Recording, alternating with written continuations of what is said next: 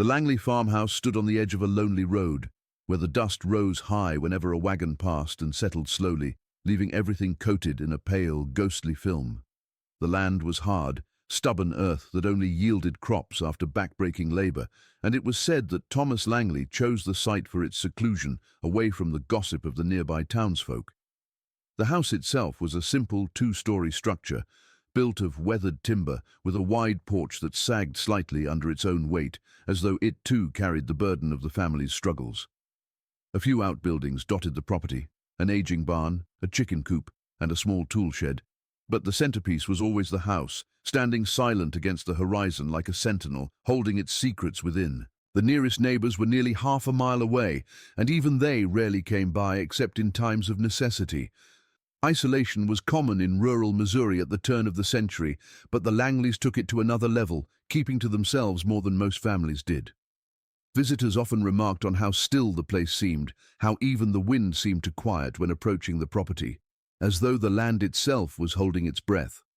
The fields stretched outward, dotted with patches of wild grass and dry stalks, and in the distance the river curved lazily through the landscape, carrying with it the smell of wet earth after the rains. It was the kind of place where sound carried easily, where a shout from the barn could be heard clearly from the porch, and yet the house seemed to absorb noise, as if it had its own will to muffle anything that passed its walls. Inside, the house was a mix of warmth and shadow, with worn wooden floors that creaked under every step and wallpaper that had begun to yellow with age.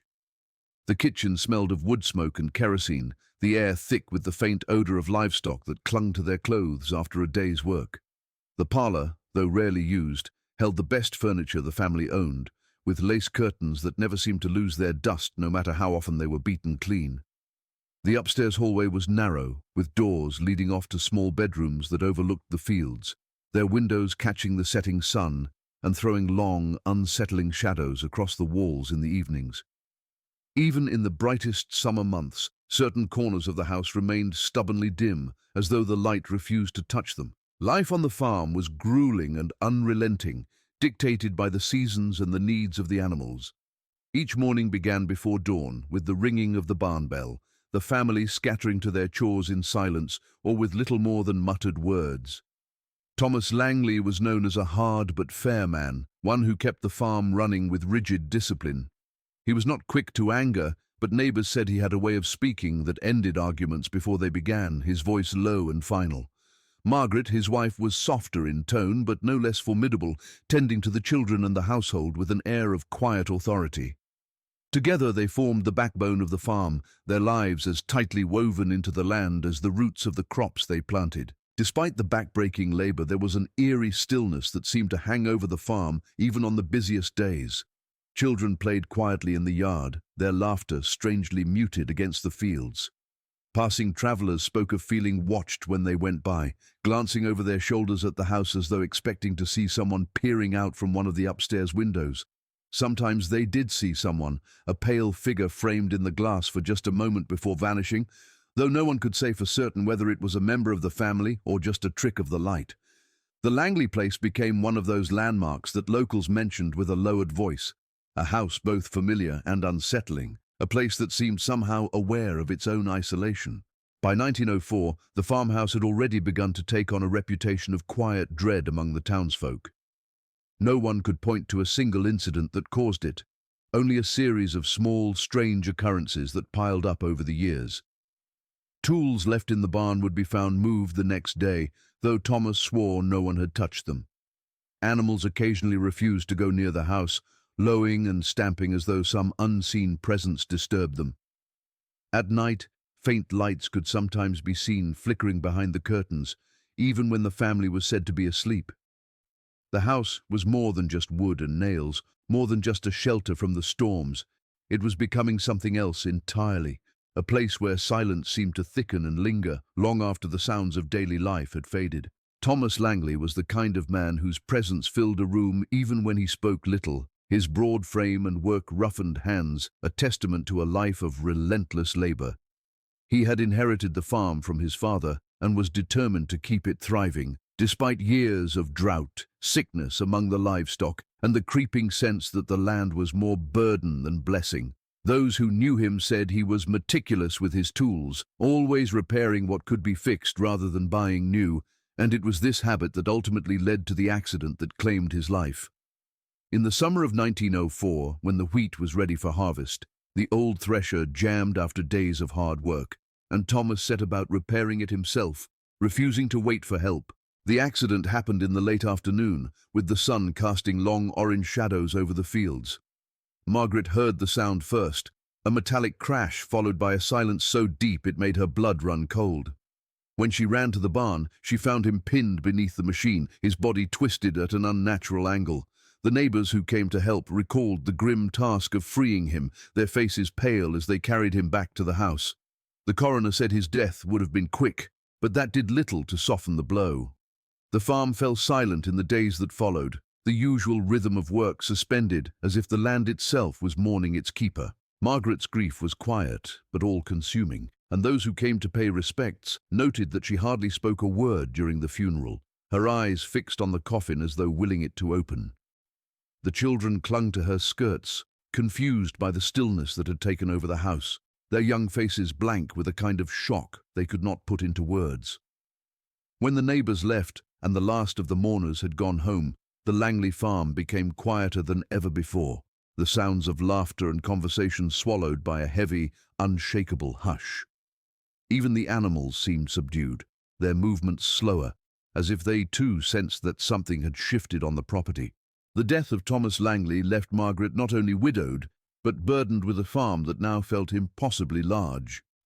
She tried at first to keep up with the work, calling on her eldest son to take over the tasks his father once performed, but she soon began letting fields go fallow, allowing weeds to creep where wheat once grew.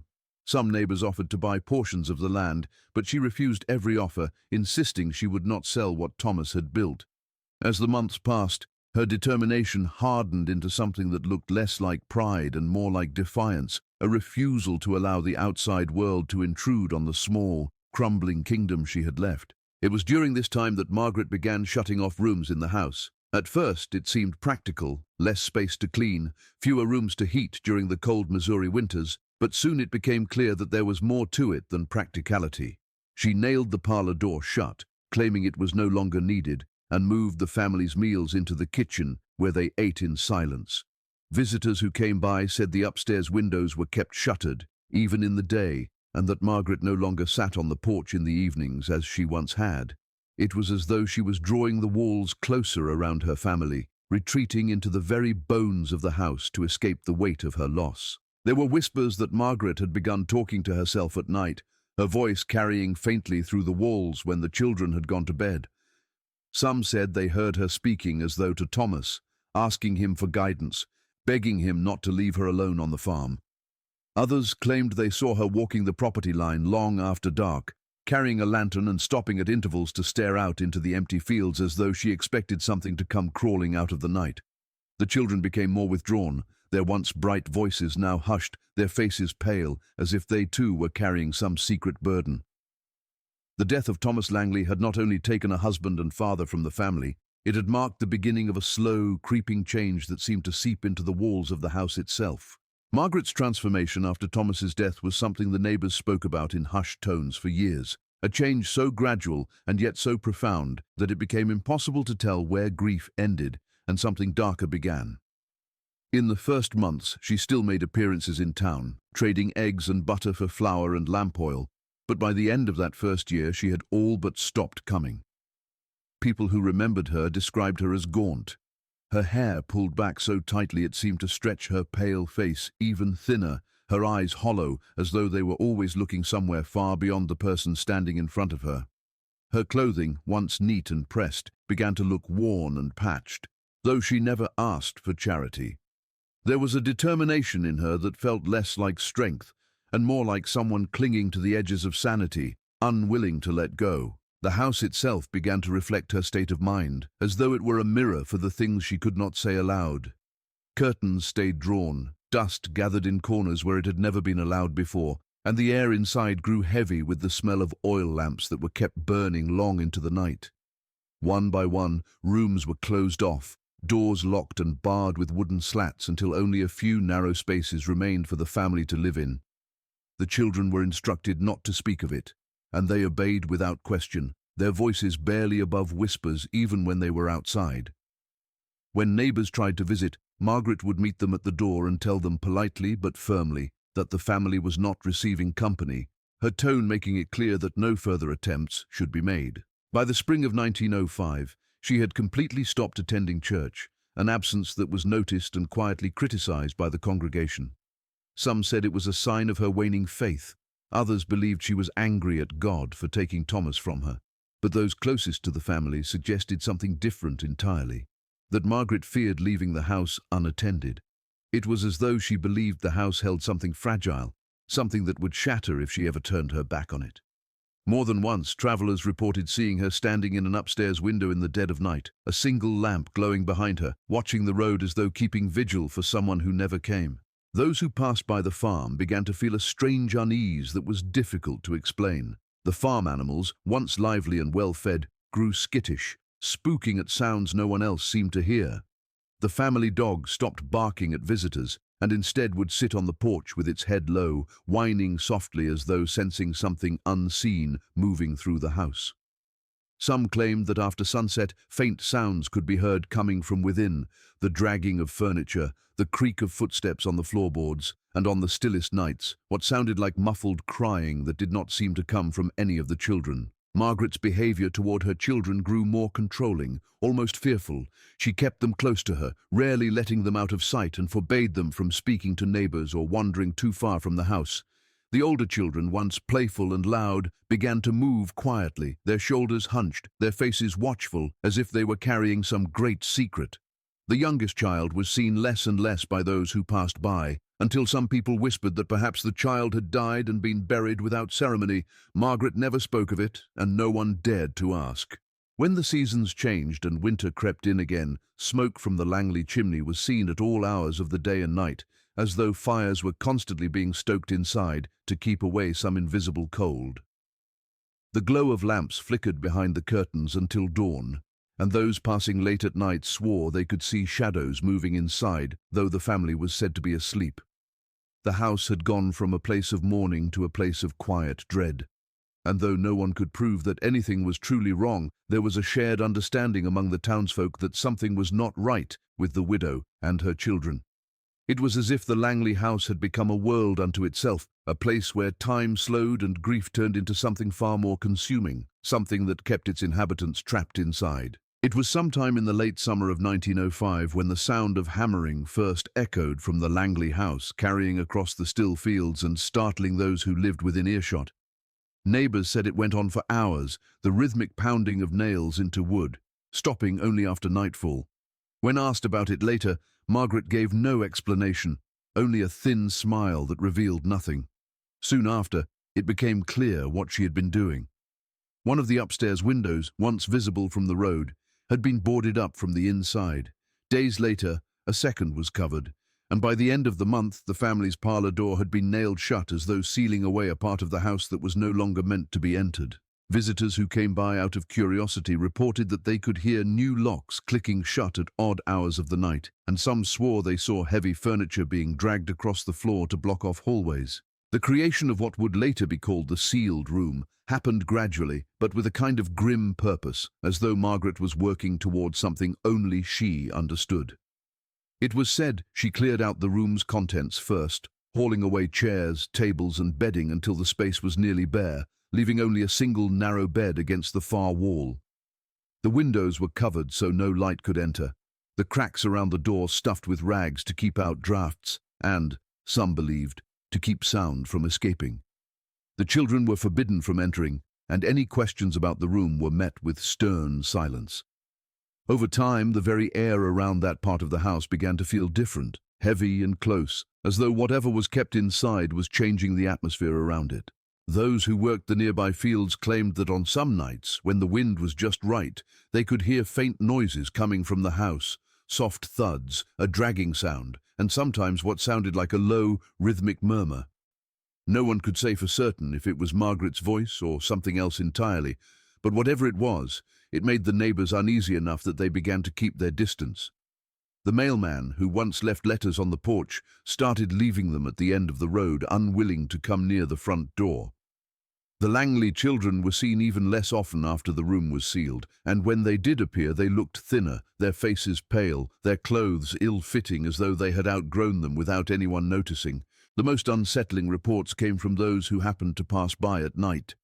Some claimed to see a dim glow of lamplight seeping through the cracks in the boarded windows, flickering as though someone were pacing inside with a lantern.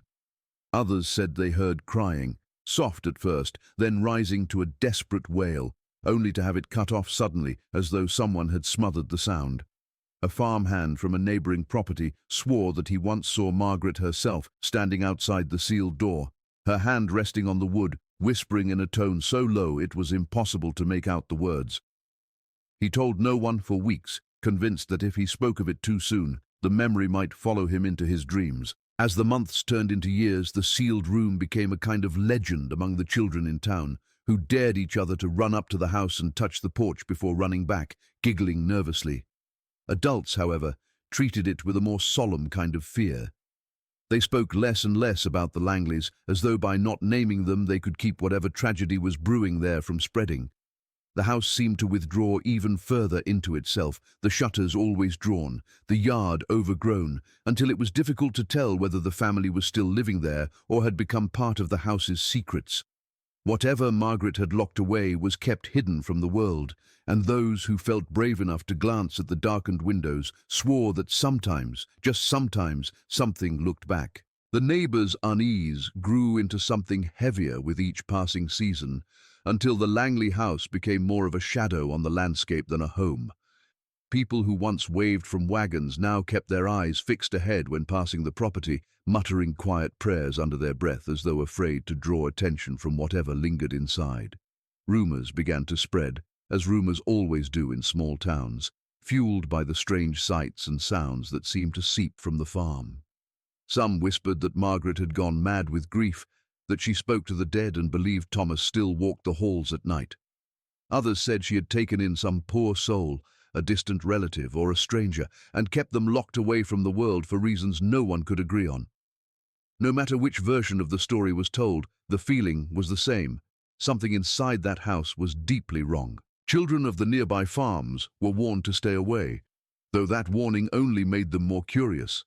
They would sneak as close as their courage allowed, crouching behind the stone wall that bordered the property, waiting for a glimpse of the family.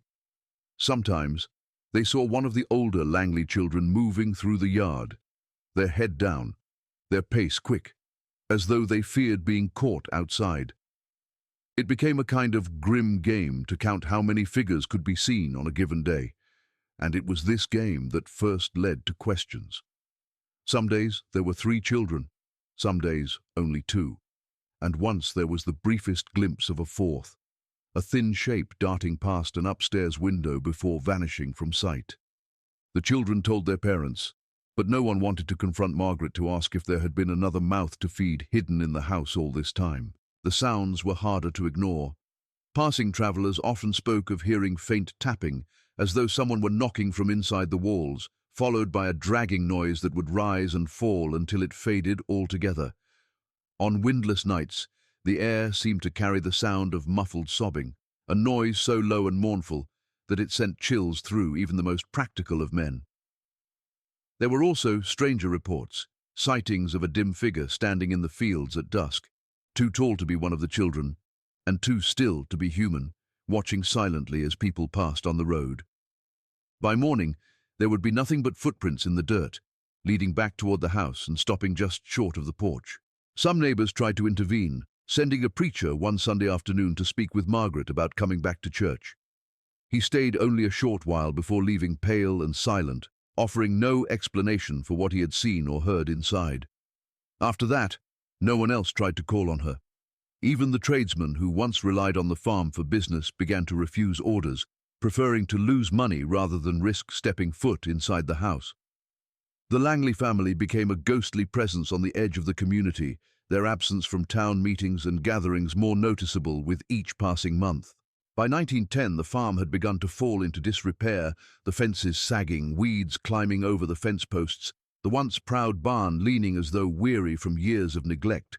Yet the house still stood solid, its windows shuttered tight, its doors locked against the world. The few who passed close enough swore they could still hear movement inside, as though life continued behind those walls, hidden and secretive.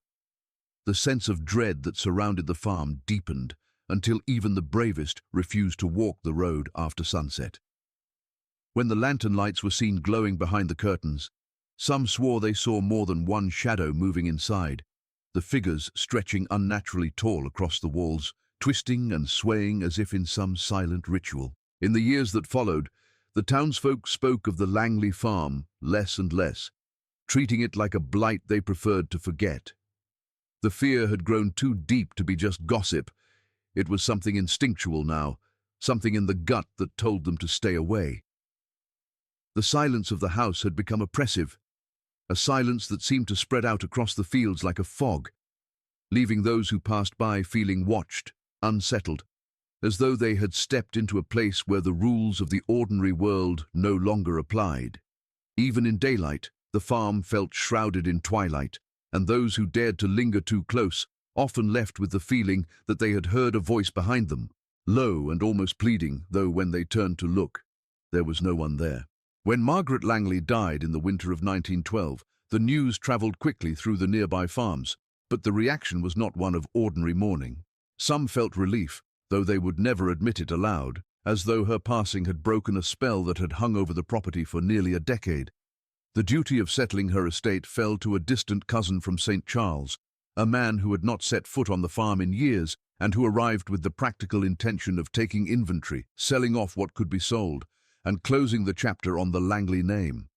When he entered the house for the first time, he was struck by the smell, stale air, thick with dust, and the faint, sour tang of rot. The house felt abandoned, even though the children had been living there until recently, and every step through the darkened rooms stirred up motes of dust that swirled like tiny ghosts in the narrow beams of sunlight that broke through the shutters. As he moved from room to room, he found entire sections of the house unnaturally empty, stripped bare of furniture except for a few broken chairs and scattered belongings. It was upstairs at the end of the hallway that he discovered the sealed door. The wood was dark with age, the edges splintered, and long nails jutted from it, as if whoever had closed it off had wanted to make absolutely certain it would not be opened again. The cousin called on a few local men to help, and together they pried the boards loose and pulled the door open, the rusty nails shrieking as they came free. What lay beyond was not a simple empty room, but something that made every man present stop in their tracks. The air that poured out was damp and cold, heavy with the unmistakable odor of decay. The room was dim, the single window completely covered, and it took several moments for their eyes to adjust to the gloom. Dust coated everything, yet there was a strange order to the space, as though it had been arranged with care. In the far corner stood a small iron bed frame, its thin mattress stained and matted, as though someone had lain there for a very long time. Nearby were a few toys, a wooden horse missing a leg, a small cloth doll so filthy it was barely recognizable, and a cracked porcelain bowl that looked as though it had been used for food or water. It was a child's room, but it was no nursery. It had the feeling of a cell, a place meant to keep someone in rather than offer them comfort. Then they saw the bed. At first it appeared to hold nothing but a tangle of old blankets, but when one of the men stepped closer, he froze and turned away with a choked sound. Beneath the blankets lay a small skeletal form, its bones curled inward as if it had died in sleep. The remains were so slight they could only have belonged to a child. The sight was enough to make one of the locals leave the house entirely, swearing he would never step foot inside again. The coroner was called, and though he examined the remains, no official report was ever shared with the public.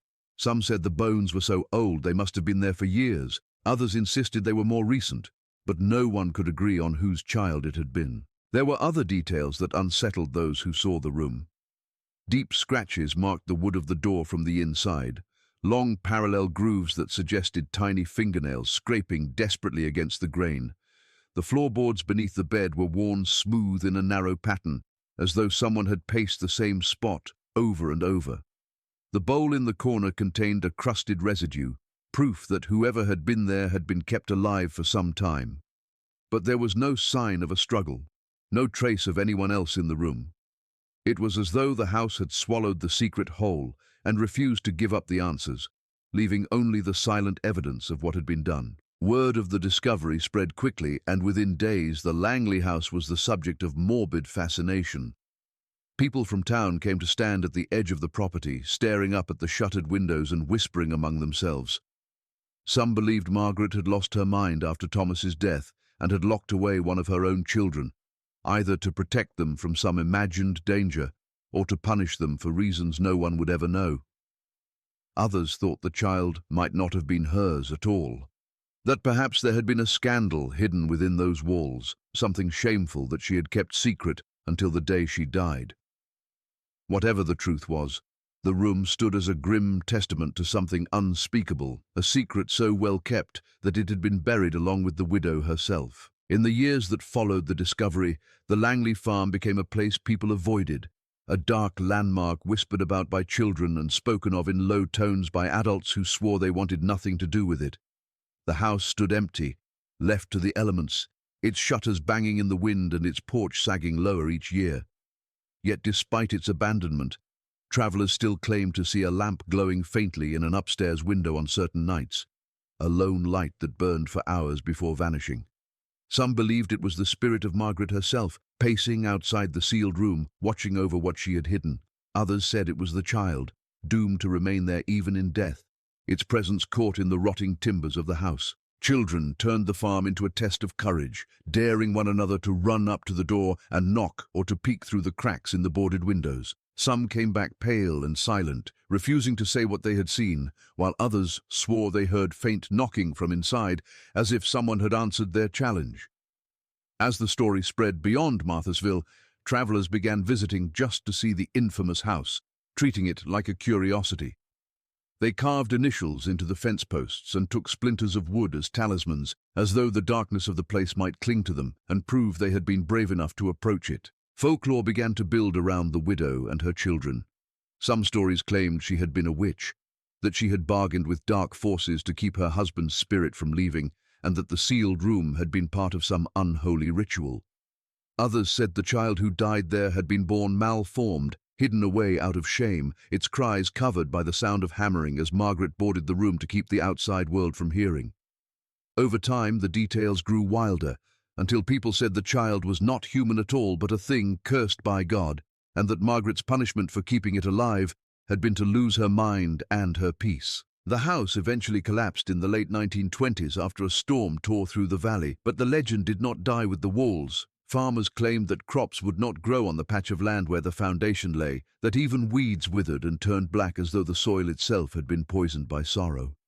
Campers who pitched their tents nearby told of hearing soft crying at night, followed by the sound of footsteps circling their campfires, though no one was ever seen. A few swore they woke to find small handprints in the dirt outside their tents, prints too small to belong to any adult yet pressed deep into the ground as if left by something heavy. By the 1940s, the story had become part of the area's oral history, passed from grandparents to grandchildren as a warning not to pry into other people's grief. The Langley farm was pointed out on maps by those eager to scare visitors, and on Halloween nights, brave souls made the trek to the ruins, claiming to hear whispers on the wind calling their names. Some came back with scratches on their arms or legs, thin red lines that looked like claw marks, though they swore no branches had touched them. The sheriff dismissed these reports, but even he admitted that he never lingered on that road after dark. Even today, more than a century after Margaret's death, locals still avoid the place when they can. The stones of the foundation are mostly buried beneath weeds, yet those who stand near them speak of a chill in the air that does not match the season, a sudden stillness that settles over the fields. Hunters say their dogs refuse to go near the spot, whining and pulling at their leashes until they are led away.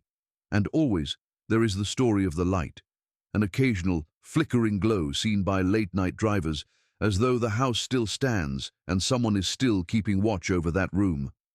The legend has outlived the family, the house, and even the town's memory of what truly happened, leaving behind only the uneasy feeling that some secrets are never meant to be unearthed. As the decades stretched on, The story of the Langley farm began to take on a life of its own, growing darker and stranger with every retelling until it became less a piece of history and more a piece of living folklore that clung to the town like a cold mist. People who had never known the Langleys spoke of them as though they had been there, as if the tragedy was something passed down in the blood rather than memory. The sealed room became a symbol in local superstition, something mothers used to frighten their children into behaving, warning that disobedience would earn them a place in a room with no windows, where no one would ever hear them cry.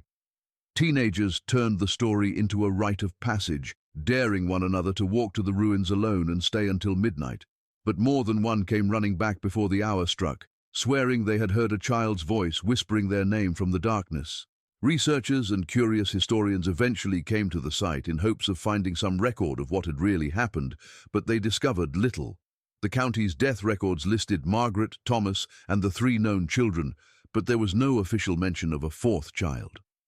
The coroner's report from 1912 had long since disappeared, and the cousin who had opened the sealed room left Missouri within a year and never returned, refusing to speak of what he had seen until his own death decades later. Some said he confessed on his deathbed that there had been more than one set of remains in the room, that a second, smaller bundle of bones had been hidden beneath the floorboards, though there was no proof beyond his final, fevered words.